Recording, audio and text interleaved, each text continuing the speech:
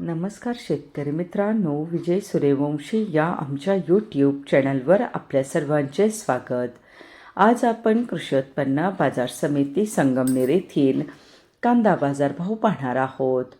जे शेतकरी मित्र आमच्या चॅनलवर नवीन असतील त्यांनी प्रथम चॅनलला सबस्क्राईब करून सपोर्ट करावा.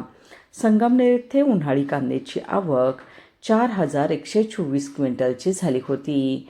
उन्हाळी कांद्याला भाव मिळाला आहे. किमान दर 200 रुपये, कमाल दर 2,800 रुपये, सर्वसाधारण दर 1,500 रुपये असे होते संगमनेर येथील प्रति क्विंटलमधील कांदा बाजारभाव.